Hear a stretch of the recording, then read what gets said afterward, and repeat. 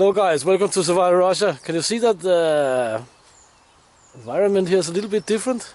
It's because I'm a little bit of a ways from the homestead, but more about that later. So while being here in the deep forest, camping, hanging out, as you can see, I want to do a little sub video from the original, or from the main video, you can say, because as you might know, I spent the night here at this specific spot in like -10°C or something, and I had no sleeping bag with me, I had no shelter with me, but other than that I was what you can say, well prepared, right? I have for quite a while, actually, it's much longer since I spent the night here in -10°C and so on, blah blah blah.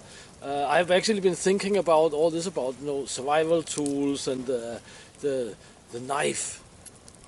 The knife is the most important survival tool we have, right? But I must honestly say that I have begun to reconsider this a little bit. Anyway, for an emergency or survival situation, you're gonna say, and especially when it comes to keeping warm. Yeah, the knife is an important tool, and I'm not saying that you should not carry a knife. Or I have 4 knives with me today. One here, one on my belt, 2 in my backpack, or no, 1 in the backpack and 1 in my backup food pouch. But that is a different story. I've been making this Siberian log fire here for quite a few years, and I don't need a knife to make this fire. The best tool to have to make this fire is a saw, definitely. And the reason I'm doing the video here at this specific spot is that it's a testimony to the saw, you can say. It kept me well warm in -10°C.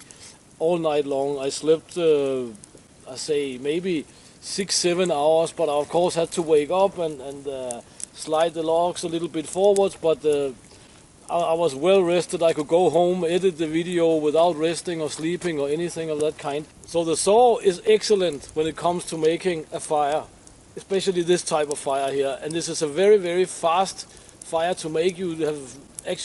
There's not much preparation in making this. Just cut the logs, find a dead log on the ground, or cut a fresh tree down, use that log, blah blah blah. That's a different story. But this fire will keep you warm all night long with the very, very little work. Just to prove a point, I made a fire that lasted me around 14 hours. Last time I was here, made with this saw here. And I say, it does not have to be a silky saw, it just have to be a good, efficient saw, right? This saw here, I cut much bigger logs than that. Much bigger. It's of course not ideal, but it can do it, right? So my point here is that for setting up a survival or emergency kit, or what you can say, I think that folding saws are really underrated.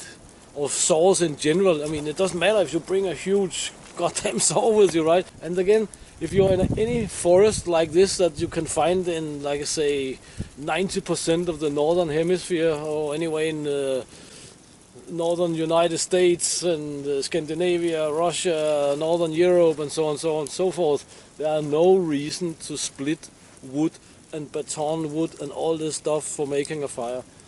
I mean, yeah, if you want to split up wood and make it burn faster and so on, no problem, but to me it's just pointless. So the point of this video is to sort of like try and break a little bit through all this knife fanaticism, or what you can say, fanaticism, or what the hell it's called in English. By the way, if you have problems with Russians, I'm not Russian, I live in Russia, but I'm from Denmark. But in my opinion, a good, efficient saw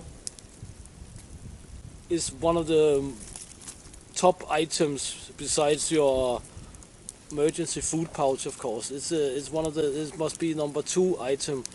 I'm also making this video because there's a lot of, I don't know why, but it's like knives, X's, knives, X's. When in reality, the reality of survival, so to speak, is that the saw is really great at keeping you alive. So guys, check the links in the description. I hope you like the video.